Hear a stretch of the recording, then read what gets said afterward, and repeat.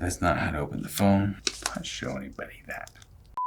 Alright guys, here it is, the Pixel 9 Pro Fold, still in the box. I've been interested and very curious if Google finally did it because I was ready to give up folding phones and Samsung after many years. For the last 30 days, I've been using the most refined Samsung Fold. It's number 6 and Sam has been stealing my heart with their perfect foldables. But they're pulling me away from my true love, Google's fresh, clean OS. I've been trying to quit Samsung and trying to use Google Pixel as my legit daily work phone, but Samsung continues to absolutely dominate Pixel phones in 3 critical basics. They're not complex, they're very simple essentials that really make or break a phone. Even with all the excitement, I'm hesitant on what to use. So right in the middle of the dilemma, I shocked myself with a video where I proved that folding phones are absolutely less productive if you consider the math on having to open your phone 144 times a day. It's the average time an American uses their phone. It equals to roughly 15 hours of absolutely wasted time. The slab phone could really be seen as a productivity king when you consider that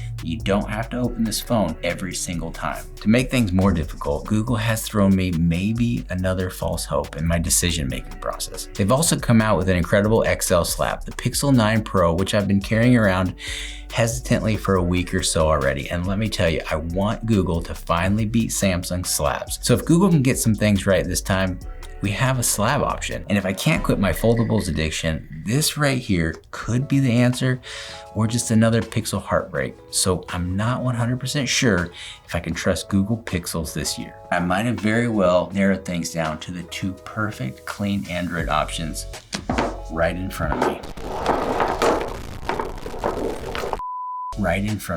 And I'm ready to open one of them right now. And just so you know, I also live in the iPhone world, and for me there's not much of an option out there. I'm definitely looking forward to the iPhone 16 Pro Max as my personal phone, and I'm sure I'll have some thoughts on that later. Okay, back on track. Let's crack this box open and see what Google's brought to the table.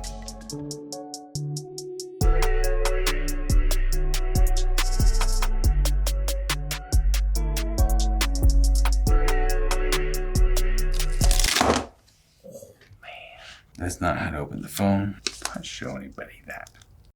So the first thing I noticed is the build quality. It feels pretty solid. It's like it's been in development for years. Google didn't just tweak the old version, they completely redesigned it. Let's look at the thickness and the bezel. The 2nd generation has beat the 6th generation in thinness. Bezel still not as small as the Fold 6. I'm not gonna waste too much time comparing the Google Fold to the original Fold. That thing is pretty much dead and gone. But compared to the skinny, awkward front screen of the Fold 6, looks like the Pixel front screens are much more useful. All right, let's talk about one thing that has really pulled me away from Pixel phones to the Samsung Fold, and it is the screen. Samsung has always had these bright, vibrant displays, usually brighter than Pixel of the same year. Looking at the screen now, it does seem bright, but the true test will be outside with smudgy fingers. Is it going to be a smudge magnet or will it hold up in daily use? I'm curious to find out. And just so you know, I've been playing with the Pixel 9 Pro XL slab version for a couple of days, and so far the screen seems to be on par with Samsung this year. So if the Fold is anything like that, we might have a real contender for folding phones. Okay, so the second thing Samsung has always done to pull me away from these Google phones that I love, it's not as essential as the third thing, but it's the speed. The Samsung bloatware, they load this thing up, but it's always felt faster. The Pixel, while beautifully clean, has always felt just a bit slower. Let me know if you agree with the thumbs up, or drop a comment below. So now I could throw benchmarks up and it could help with the decision-making process, but the real question is, how does it feel in daily use? Does it feel quick? Does it scroll smooth? And that's what really matters. If one of these is fast enough and doesn't wear out the battery like an overclocked laptop, we might have something special here, but I'm not making any promises. I haven't used these, I just opened them today.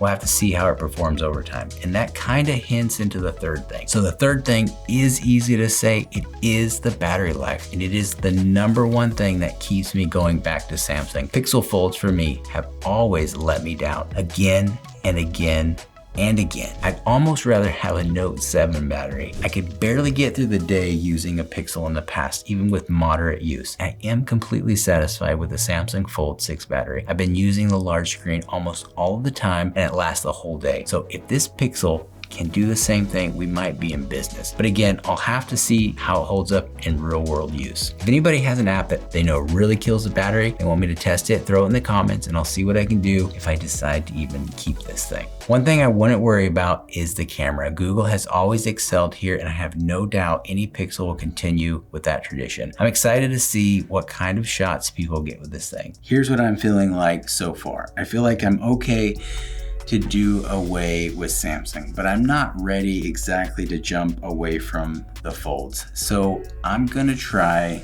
the Pixel 9 Pro Fold as my daily driver.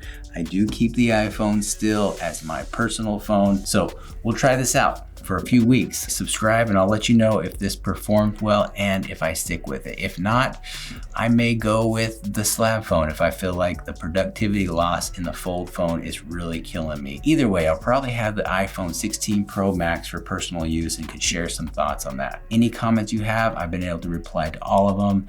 I'm not too busy to get back. Eventually, I'm happy, absolutely happy to be done with bloatware of Samsung. Thank you so much, Google, for this opportunity to try these out. Stay tuned until next time.